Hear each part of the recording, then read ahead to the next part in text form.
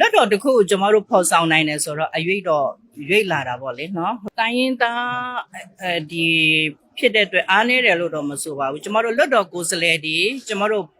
ဒေတာကိုစားပြုပြီးအမျိုးသားလွတ်တော်တွေတကောင်ပြည်သူ့လွတ်တော်တွေကောင်ပြည်လွတ်တော်တစ်ခုရောက်လာပြီဆိုရင်တော့ကိုယ်စားလှယ်တွေအားလုံးအတူတူပါပဲပူပေါင်းဆောင်ရွက်ခဲ့မယ်ဆိုရင်ဒါတဦးနဲ့တဦးရဲ့အမျိုးသားရေးတွေအလေးထားဆောင်ရွက်ပေးကြမယ်ဆိုရင်တော့ကျမတို့အားလုံးဆောင်ရွက်ပြင်တော့အားနည်းတယ်လို့တော့မမြင်ပါ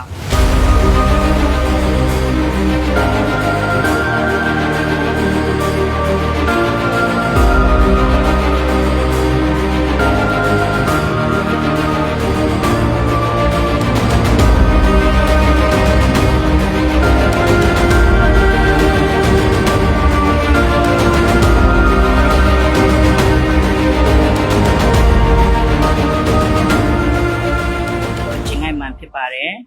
ဟုတ်ကဲ့ကျမချင်းပြည်နယ်အမျိုးသားလွှတ်တော်ကိုယ်စားလှယ်ဖြစ်ပါတယ်ရှင်ကျမတို့ကကျမ PR1 နဲ့တက်တယ်ဟုတ်ကဲ့ကျမ PR နဲ့တက်တာဟုတ်ပြည်သူတွေတောင်းဆိုတာကျမတို့ကတော့ကျမတို့ပါဆိုတော့လူမျိုးကိုစားပြုတဲ့ပါတီဖြစ်တာပေါ့လေ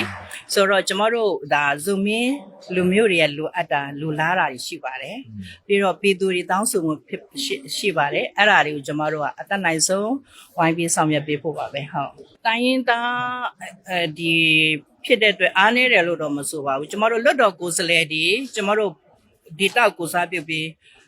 အမျိုးသားလွတ်တော်တွေတကောင်ပြည်သူ့လွတ်တော်တွေကောင်ပြည်လွတ်တော်တစ်ခုရောက်လာပြီဆိုရင်တော့ကိုယ်စားလှယ်တွေအားလုံးအတူတူပါပဲပူပေါင်းဆောင်ရွက်ခဲ့မယ်ဆိုရင်ဒါတဦးနဲ့တဦးရဲ့အမျိုးသားရေးတွေအလေးထားဆောင်ရွက်ပေးကြမယ်ဆိုရင်တော့ကျမတို့အားလုံးဆောင်ရွက်ပြင်တော့အားနည်းတယ်လို့တော့မမြင်ပါဘူးလက်တော်တစ်ခုကျမတို့ဖော်ဆောင်နိုင်တယ်ဆိုတော့အရွေ့တော့ရွေ့လာတာပေါ့လေနော်ဟုတ်ကဲ့ဆိုတော့ကျမတို့လက်တော်မသိခင် forum တက်တယ်လေforum ရဲ့ slogan လေးလည်းကျွန်မအရန်သဘောကျပါတယ်forum on the dawn of a new state ဆိုတာလေ a new state အတွက်ကတော့ dawn ပေါ့အာယုံကိုလာပြီပေါ့လေဆိုတော့ကျွန်တော်တို့အဲ့ဒါလေးအကောင့်ထဲပေါ်နိုင်ခဲ့တယ် forum ရဲ့ဒါ slogan အတိုင်းဖြစ်မယ်ဆိုရင်တော့ကျွန်တော်တို့နိုင်ငံအတွက်ကတော့အရွေ့အများကြီးလာမယ်လို့မြင်ပါတယ်ငင်းချိုင်းတော့အရေးကြီးဆုံးပါပဲเนาะငင်းချိုင်းတော့ဒါဝိုင်းလို့ရမှာပေါ့လေဆိုတော့ငင်းနိုင်ဆွေးနွေးမှုတွေအများကြီးလုပ်ဖို့လိုမယ်လို့တော့မြင်ပါတယ်လှုပ်ဆောင်မှုပေါ်မှာပဲမူတည်မှာပါ